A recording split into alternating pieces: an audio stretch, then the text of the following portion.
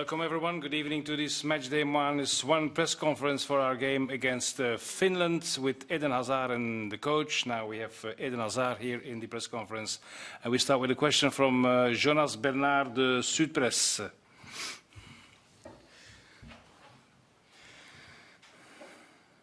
Bonsoir Eden.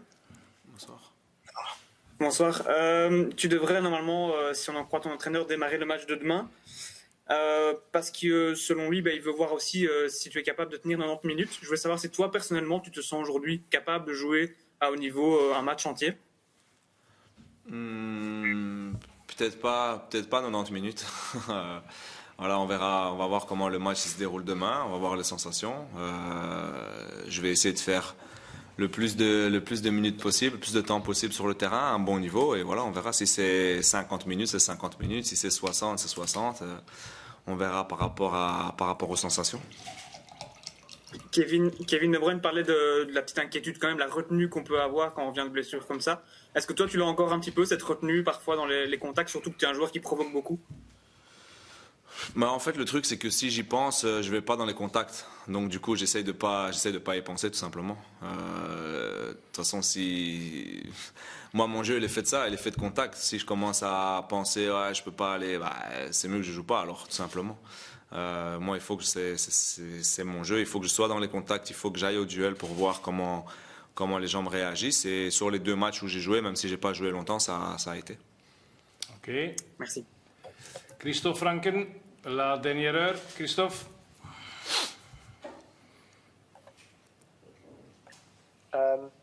J'imagine quand même que tout le monde en Belgique et tous les amateurs de football ont été rassurés par ce qu'ils ont vu finalement depuis le début de l'Euro avec toi.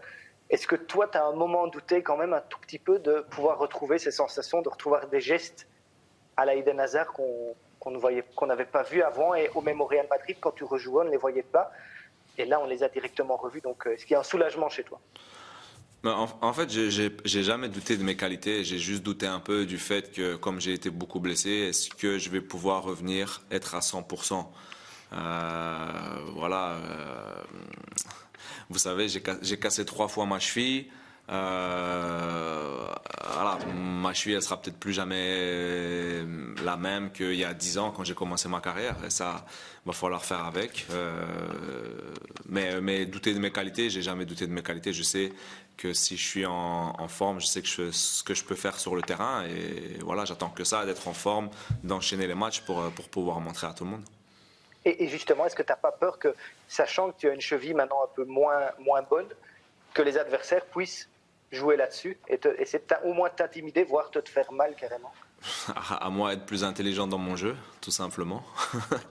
À essayer de, je sais pas, faut trouver des solutions. Hein. On essaiera de trouver des solutions. Hein. Ok. Jurgen Géril, het Nieuwsblad.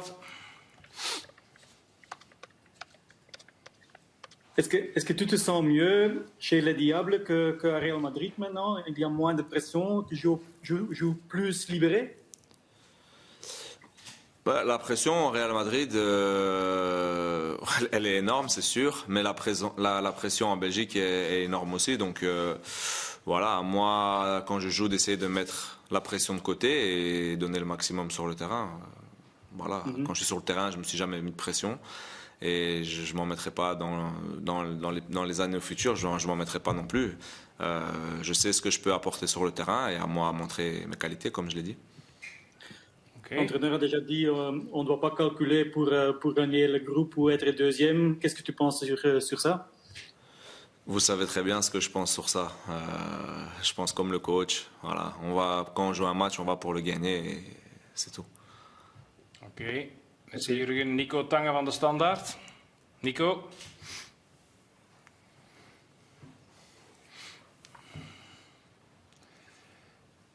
Est-ce que tu me vois? Attends. Oui. Nico, ik hoor nu amper. Wacht. Oké. Nico? Ben je daar? Est-ce que vous m'entendez? Oui. Oui. Oui, ok.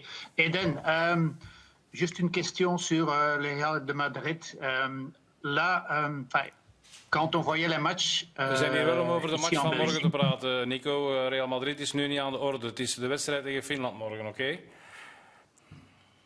Ok, mais je voulais justement faire la comparaison. Est-ce que tu te sens plus un leader chez les Diables Rouges qu'au Real de Madrid? J'essaie d'être un leader sur le terrain. Après, le leader, on le devient quand on fait des bons matchs.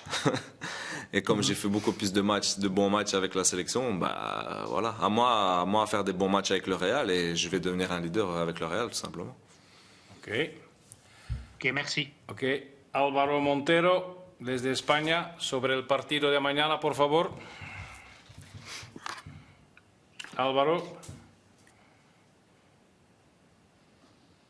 Hi, Aye. Sí. Hi. can you hear me? Yeah, Yes, perfect. yeah, I've we got can. two questions. First one, the feeling in Belgium and of course in Spain is that right now you're close to be 100%.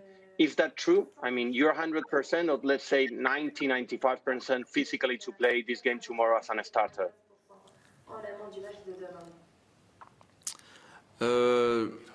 Je pense pas que je suis encore à 100%. Je pense que je suis prêt à débuter un match. Mais voilà, dans le plan, depuis le début du tournoi, ça a été ça, c'est de me mettre petit à petit à 100% pour que quand les matchs arrivent à élimination directe, que je sois présent à 100% à ce moment-là. Donc on a encore un match, on verra combien de temps je vais jouer.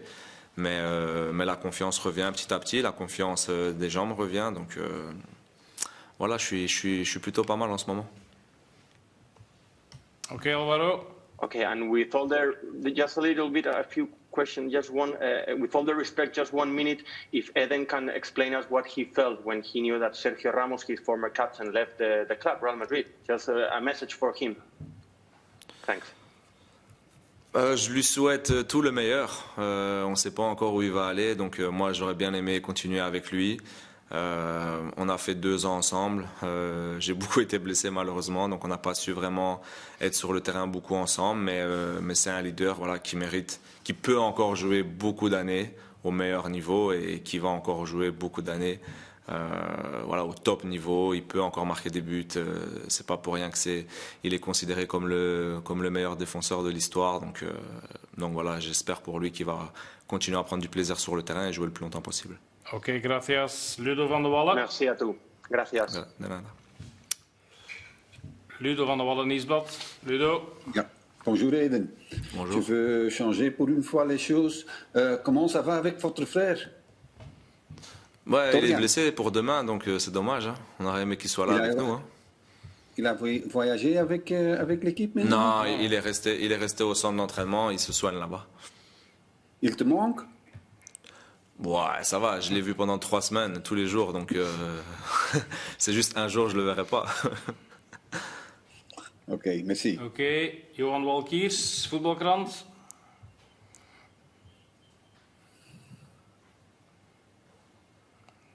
Combien de Johan. progression Tu m'entends? Ja. Ouais. Ouais. Et combien de progression la Belgique peut encore faire dans cette tournoi? Parce que, ouais, on avait vu le match contre le Danemark, c'était pas encore le top. Mais on doit encore travailler, on peut encore être meilleur, c'est sûr. On va essayer de faire mieux demain et voilà, petit à petit, avoir plus de confiance dans ce qu'on peut faire et essayer de faire de bonnes choses demain. Et voilà quoi.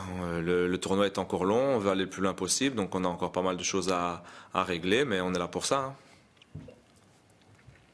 Oké, Johan. Ja. Ja, Christophe Franke nog even van... il est là, Christophe, oui. Christophe.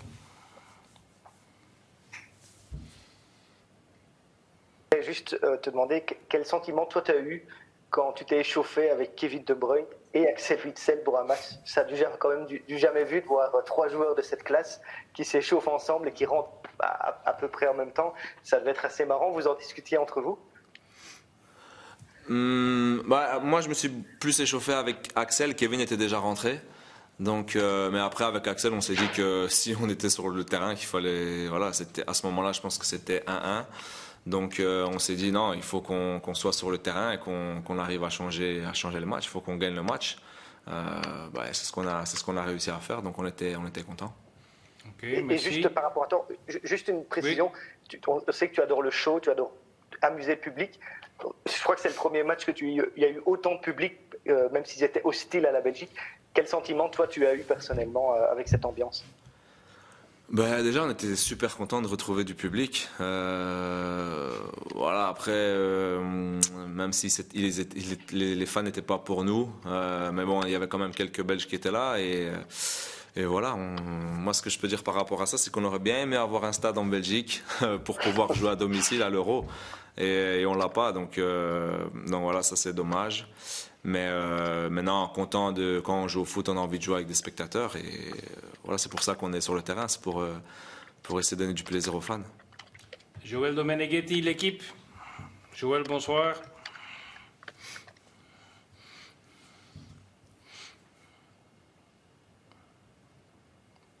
Joël. Est-ce que vous m'entendez? Oui. Très bien. Bonjour et bonsoir à tous. Bonjour. Eden, est-ce que le retour de toi, de Kevin, de Axel avec la présence de Romelu, ça change beaucoup de choses pour vous? Vous devenez une équipe qui redevient la favorite avec d'autres pays de cet Euro? Et si oui, pourquoi? Sur le premier match, Kevin n'était pas là, j'ai pas beaucoup joué, on a gagné 3-0 contre la Russie, donc les joueurs qui sont sur le terrain, ils peuvent apporter beaucoup. Après, voilà, on a l'expérience, que ce soit Kevin, que ce soit moi, que ce soit Axel, on a l'expérience du haut niveau, on peut changer le cours d'un match. Donc, est-ce qu'on est... Oui, on est meilleur avec les trois joueurs-là, mais si les trois joueurs-là sont pas là, on a des très bons joueurs qui peuvent faire la différence aussi. Donc voilà, on essaie d'apporter notre pierre à l'édifice comme on essaie de faire à chaque fois. L'idée n'était pas de minimiser ceux qui ont joué. L'idée était de dire qu'avec toutes ces forces vives, la Belgique redevient favori pour l'Euro au même titre que d'autres nations. Ouais, on est plus fort avec tous nos joueurs, c'est clair. Tous nos, entre guillemets, meilleurs joueurs. Donc voilà, après, favori, si on est tous en forme au bon moment, oui, on peut être favori, mais un tournoi, ça joue sur beaucoup de choses. Ok, Joël, merci. Merci. Dernière question pour Bart Laga. Bonsoir. Bonsoir. Quand est-ce que ce tournoi, pour toi, est un succès? À partir de là, maintenant ou plus tard? Non, pour toi personnellement, quand est-ce que tu dis, voilà, je veux... Quand je vais jouer, que j'aurai pas de douleur, que le tournoi est un succès pour moi. Quand je vais commencer à jouer, que je vais bien jouer, que je vais réussir à marquer des buts, que je vais réussir à faire gagner mon équipe. Et voilà. Après un tournoi, si on va jusqu'en finale, ce sera un super beau tournoi. Si on perd la finale, on sera tous déçus. Si on gagne la finale, on sera tous contents. Donc ça dépend du résultat. Si je fais un très bon tournoi et qu'on perd en demi-finale, ce sera pas un bon tournoi. Donc. Mais c'est pas que tu dis si je suis capable de jouer les 90 minutes. Pour moi, ça serait déjà parfait. Je préfère jouer 70 minutes, très, très bonnes 70 minutes, que jouer 90 minutes moyennes, quoi. C'est par rapport à ce qu'on va faire sur le terrain, par rapport aux résultats qu'on va avoir. Ok. Merci et bonne chance. Merci tout le monde. Merci Eden. Merci à vous. On attend le coach. Je peux aller? Oui. Merci. Quelqu'un va t'emmener.